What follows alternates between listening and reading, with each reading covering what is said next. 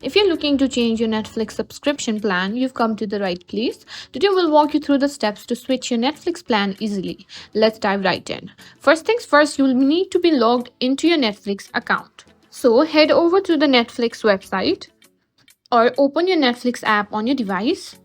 Once you're logged in, hover over your profile icon in the upper right corner of the screen.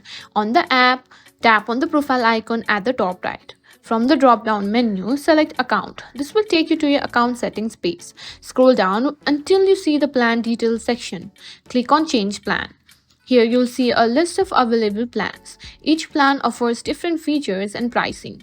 Take a moment to review these options. Select the plan that best fits your need. For example, if you're looking for more simultaneous streams or higher video quality, you might want to choose a higher tier plan.